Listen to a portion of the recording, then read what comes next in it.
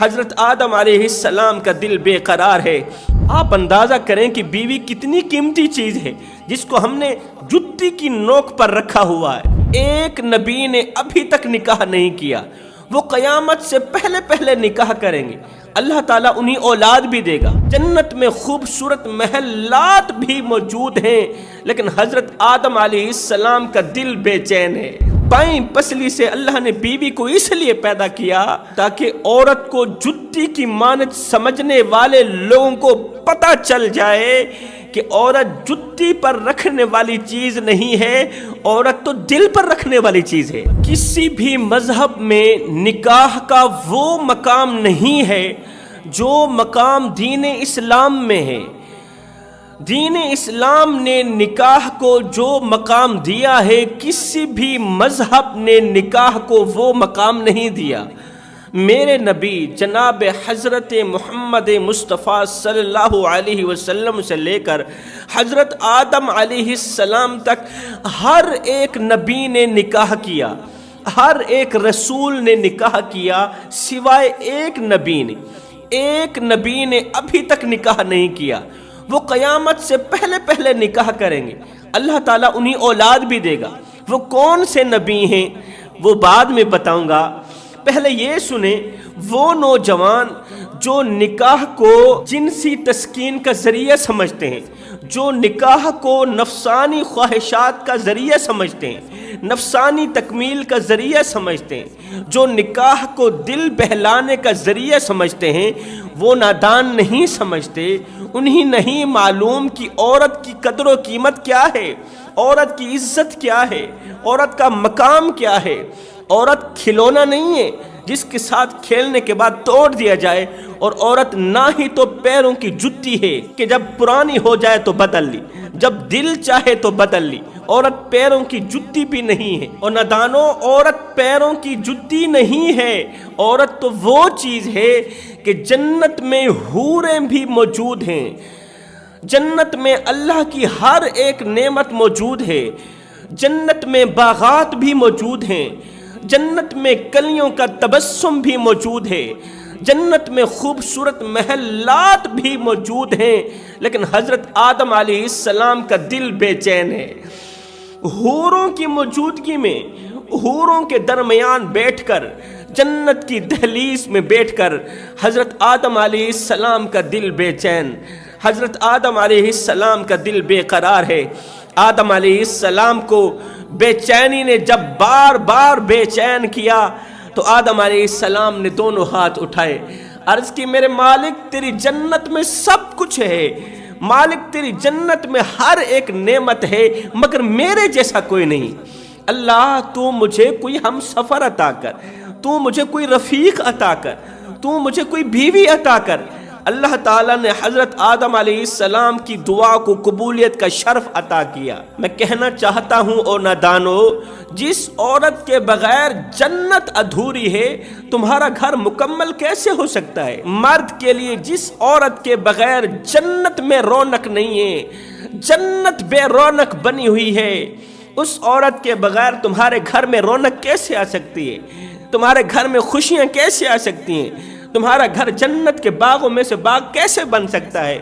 اس عورت کے بغیر، اس بیوی کے بغیر تمہارے گھر میں رونقیں کیسے آ سکتی ہیں؟ حضرت آدم علیہ السلام نے جنت میں بیٹھ کر، تمام حورین میں بیٹھ کر اللہ سے دعا کر کے، بیوی مانگ کر، عورت مانگ کر، ہم سفر مانگ کر ہمیں بتایا، ہمیں سبق دیا کہ جنت کی نہریں بھی تمہیں وہ سکون نہیں دے سکتی جو سکون تمہیں تمہاری بیوی دے سکتی ہے، جنت کی حورین بھی تمہیں وہ سکون نہیں دے سکتی، وہ آرام نہیں دے سکتی، جو آرام، جو سکون تمہیں تمہاری بیوی دے سکتی ہے، وہ جنت کی حورین کہاں دے سکتی ہیں؟ آپ اندازہ کریں کہ بیوی کتنی قیمتی چیز ہے جس کو ہم نے جوتی کی نوک پر رکھا ہوا ہے، جس کو ہم جوتی کی مانند سمجھتے ہیں۔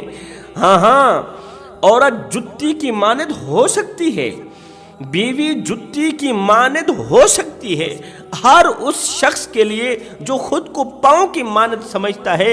یہی عورت تاج کی طرح بھی ہو سکتی ہے، یہی عورت ملکہ کی مانند بھی ہو سکتی ہے، شہزادی کی مانند بھی ہو سکتی ہے، مگر ہر اس شخص کے لیے جو خود کو بادشاہ کی مانند سمجھتا ہے، جو خود کو عظیم سمجھتا ہے۔ میں سوچ میں پڑ گیا کہ جب جنت کی دہلیز میں بیٹھ کر آدم علیہ السلام نے اللہ سے بیوی مانگی تو اللہ کن کہہ کر کوئی نہ کوئی بیوی عطا کر دیتا، کوئی نہ کوئی حوا عطا کر دیتا۔ اللہ تعالیٰ نے جس طرح آدم علیہ السلام کو مٹی سے پیدا کیا، اسی طرح کسی نئی مٹی سے اما حوا کو پیدا کر دیتا، مگر نہیں، قدرت کا کرشمہ دیکھیں۔ اللہ تعالیٰ نے آدم علیہ السلام پر اونگ طاری کر دی، آدم علیہ السلام پر نیند طاری کر دی۔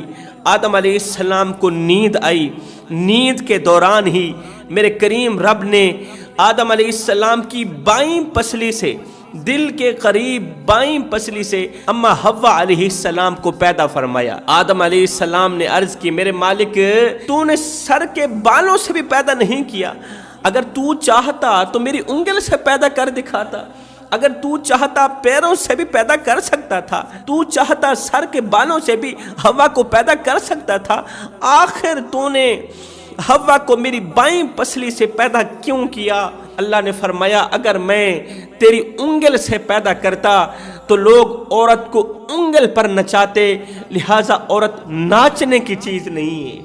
اگر میں تیرے پیروں سے پیدا کرتا، عورت پیروں میں کچلی جاتی، لہٰذا یہ کچلنے کی چیز نہیں ہے۔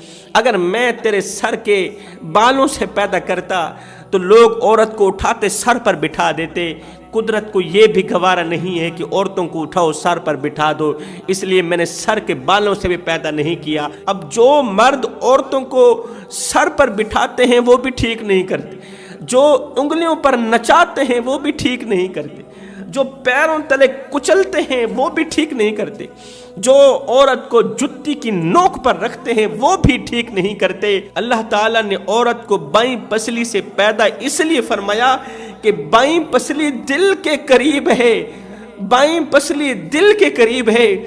بائیں پسلی سے اللہ نے بیوی کو اس لیے پیدا کیا تاکہ عورت کو جتی کی مانند سمجھنے والے لوگوں کو پتہ چل جائے کہ عورت جتی پر رکھنے والی چیز نہیں ہے، عورت تو دل پر رکھنے والی چیز ہے، عورت پیروں پر رکھنے والی چیز نہیں ہے، عورت انگلیوں کے اشارے نچانے والی چیز نہیں ہے، عورت سر پر رکھنے والی چیز بھی نہیں ہے، عورت تو دل پر رکھنے والی چیز ہے، عورت تمہیں سکون دینے والی چیز، عورت تمہیں قرار دینے والی چیز۔ میرے معاشرے میں بہت سے نادان لوگ اس طرح کے رہتے ہیں کہ گھر میں تو میں ہو ہی جاتی ہے، میاں بیوی کے درمیان ہزاروں اختلافات ہو ہی جاتے ہیں، تو پھر غصے کی آگ میں جل کر کہتے ہیں بکواس بند کر، بیوی کو کہتے ہیں بکواس بند کر، اگر زیادہ بکواس کی تو طلاق کی پرچی ہاتھ میں پکڑا کر گھر سے باہر نکال دوں گا۔ اور ندان، جس عورت کو میرے نبی نے خود عزت دی ہے، جس عورت کو، جس کافرہ عورت کو بھی میرے نبی نے عزت دی ہے، اس مسلمان عورت کو بے عزت کرتے ہوئے تجھے شرم نہیں آتی؟ تو ضلالت سے کیوں نہیں بچتا؟ تو اپنی بے عزتی سے کیوں نہیں بچتا؟ اس لیے فرماتے ہیں اپنی بیویوں سے وفا کرو، عورت سے وفا کرو، عورت سے بے وفائی مت کرو۔ اگر عورت کو تڑپاؤ گے، رلاؤ گے، بے وفائی کرو گے تو عرش والا خدا تم پر خفا ہو جائے گا۔ اس کے ساتھ دھوکہ بھی مت کرو، اس کے ساتھ منافقت بھی مت کرو۔ منافقت کی پہچان کیا ہے؟ منافقت کا مطلب کیا ہے؟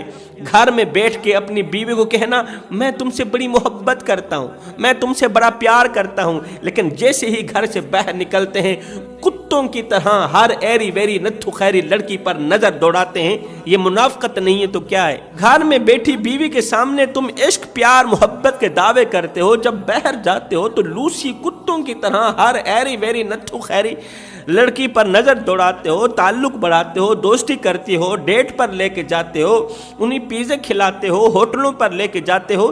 یہ منافقت نہیں ہے تو کیا ہے؟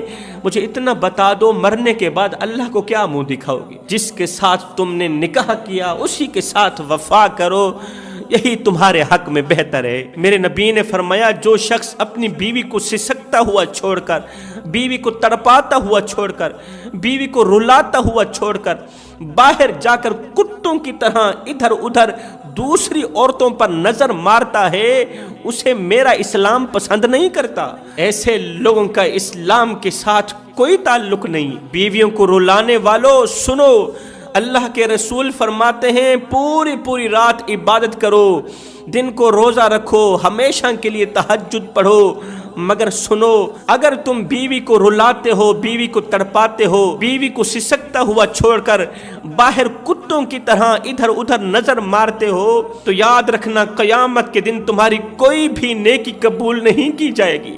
قیامت کے دن اللہ تعالیٰ تمہاری تمام کی تمام عبادات تمہارے منہ پہ مار کے رکھ دے گا، اس لیے کہ اللہ کا ترازو صرف انصاف ہی تولتا ہے، جیسا کرو گے ویسا بھرو گے۔ جوانو خدارا، سیریل دیکھ کر میاں بیوی جیسے تعلقات نہ سیکھو، فلمیں ڈرامے دیکھ کر میاں بیوی جیسے تعلقات مت سیکھو۔ اگر تعلقات سیکھنے ہیں تو میرے کریم نبی کی زندگی پڑھ کے سیکھو۔ عورت اتنا بڑا مقام رکھنے کے باوجود بھی ہم سن رہے ہیں کہ شادی شدہ عورتیں غربت کی وجہ سے غیر محرم مردوں سے تعلقات بڑھا رہی ہیں، غیر محرم لڑکوں سے تعلقات بنا لیتی ہیں، دوستی کر لیتی ہیں، اپنی عزت اور آبرو کا سودا کر لیتی ہیں، اپنی عزت کو بیچ ڈالتی ہیں۔ اے اسلام کی مقدس شہزادیوں سن لو، جب تمہاری غربت تمہیں اپنی چکی میں پیسنے لگیں تو تمہیں سیدہ فاطمہ الزہرا کا وہ گھر یاد کر لینا چاہیے، سیدہ فاطمہ الزہرا کی بھوک یاد کر لینی چاہیے۔ 50 دن سیدہ فاطمہ الزہرا کے گھر چولہے کے اندر آگ نہیں جلتی تھی، کھانے پینے کو کچھ نہیں ہوتا تھا، سیدہ فاطمہ الزہرا نے کبھی بھی کوئی شکوہ شکایت نہیں کی تھی۔ ایک دن 4 دن سے سیدہ فاطمہ الزہرا کو کھانے کو کچھ نہ ملا، جب 4 دن کی بھوک تڑپانے لگی، ستانے لگی تو روتی ہوئی میرے کریم نبی کی خدمت میں حاضر ہوئی، رو کر عرض گزار ہوئی، ابا 4 دن کی بھوک ستا رہی ہے، بھوک رلا رہی ہے، دعا کرو کہ یہ بھوک اثر کرنا بند کر دے، بھوک نے رلایا ہوا ہے۔ جب میرے کریم نبی نے غربت کی وجہ سے، بھوک کی وجہ سے اپنی بیٹی سیدہ فاطمہ الزہرا کی آنکھوں سے آنسو دیکھے تو میرے کریم نبی سے رہا نہ گیا، میرے کریم نبی نے دونوں ہاتھ اٹھائے، عرض کیوں میرے کریم رب، تیری بھوک میری فاطمہ کو ستانے آ جاتی ہے، تیری بھوک میری فاطمہ کو رلانے آ جاتی ہے، اپنی بھوک سے کہہ دو کہ میری فاطمہ کو رلانے مت آیا کرے، اس لیے کہ فاطمہ میرے جگر کا ٹکڑا ہے۔ اگر میرے نبی چاہتے تو ہاتھ بڑھا کر جنت سے خوشے توڑ کر پھلوں سے سیدہ فاطمہ الزہرا کا گھر بھر دیتے، لیکن میرے نبی نے بھی شکوہ نہیں کیا، میرے نبی نے بھی شکایت نہیں کی، عرض کی میرے مالک اپنی بھوک کو کہہ دو کہ میری فاطمہ کو تڑپانے مت آیا کرے۔ اس لیے اے عورتوں، جو اسلام کی مقدس شہزادیاں ہوتی ہیں وہ غربت میں آ کر اپنی عزت اور آبرو کا سودا نہیں کر دیتی، وہ اللہ کی ہر ایک رضا پر راضی رہتی ہیں، وہ غربت میں بھی ثابت قدم رہتی، اپنی عزت اور آبرو کی حفاظت کرتی۔